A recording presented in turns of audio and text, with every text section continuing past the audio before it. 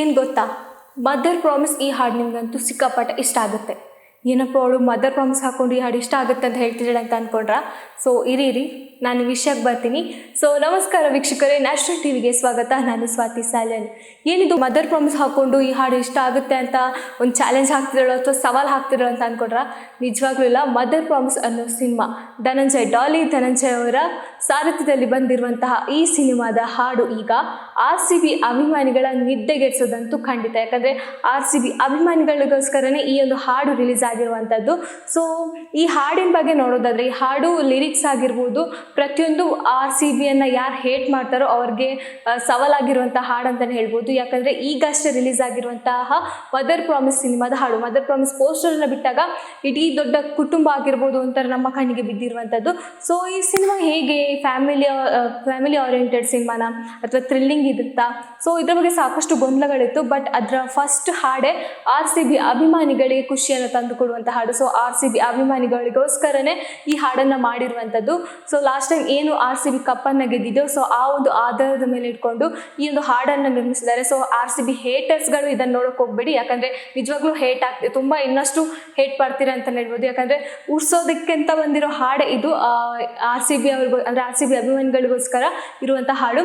So RCBಯ ಅಭಿಮಾನಿ ಯಾರು ಅಲ್ವೋ, ಸೊ ಅವರು ಈ ಹಾಡನ್ನು ನೋಡಬೇಡಿ, ಸಿಕ್ಕಾಪಟ್ಟೆ ಹುರ್ಕೋತೀರ ಅಂತಲೇ ಹೇಳ್ಬೋದು. ಇನ್ನು ಈ ಹಾಡಿನ ವಿಷಯಕ್ಕೆ ಅಂತ ಬಂದಾಗ, ಡಾಲಿ ಪಿಕ್ಚರ್ಸ್ ನಿರ್ಮಾಣದಿಂದ ಮೂಡಿ ಬಂದಿರುವಂಥ ಮೊದಲ ಹಾಡು ಇದು.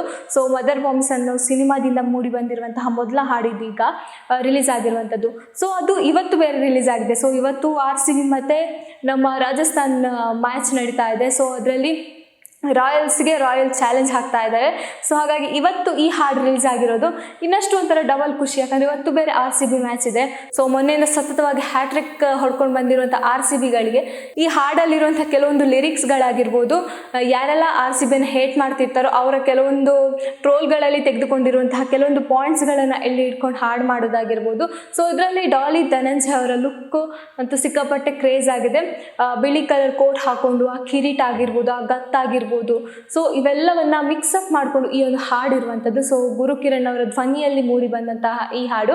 ಸೊ ಅದು ಬೇರೆ ಇವತ್ತು RCBಯ ಮ್ಯಾಚ್ ಇರೋದು. ಸೊ ನನಗನ್ಸೋ ಪ್ರಕಾರ ಇವತ್ತು ರಿಲೀಸ್ ಮಾಡೋಕ್ಕಿಂತ ಮೊನ್ನೆ CSK ಮತ್ತು RCB ಮ್ಯಾಚ್ ಇದ್ದಾಗ ಏನಾದರೂ ಇದನ್ನು ರಿಲೀಸ್ ಮಾಡಿದ್ರೆ ಇನ್ನೂ ಸಿಕ್ಕಾಪಟ್ಟೆ ಕ್ರೇಜ್ ಜಾಸ್ತಿ ಆಗ್ತಾ ಇತ್ತು.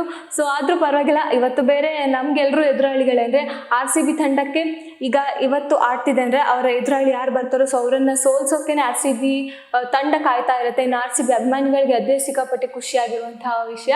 ಸೊ ಇನ್ನು RCB ಅಭಿಮಾನಿಗಳು ಈ ಹಾಡು ಕೇಳೋದಕ್ಕೆ ಇನ್ನೂ ವ್ಯೂಸ್ ಚೆನ್ನಾಗಿ ಹೋಗ್ತಾ ಇದೆ. ಈ ಹಾಡು ಯೂಟ್ಯೂಬಲ್ಲಿ ಬಿಡುಗಡೆಯಾಗಿ ಡಾಲಿ ಅವರ ಪಿಕ್ಚರ್ಸಿಂದ ಬಂದಿರುವಂಥ ಈ ಹಾಡು ಸಿಕ್ಕಾಪಟ್ಟೆ ಹೋಗ್ತಾ ಇದೆ, ಇನ್ನೂ ಕೂಡ ವೈರಲ್ ಆಗ್ತಾ ಇದೆ.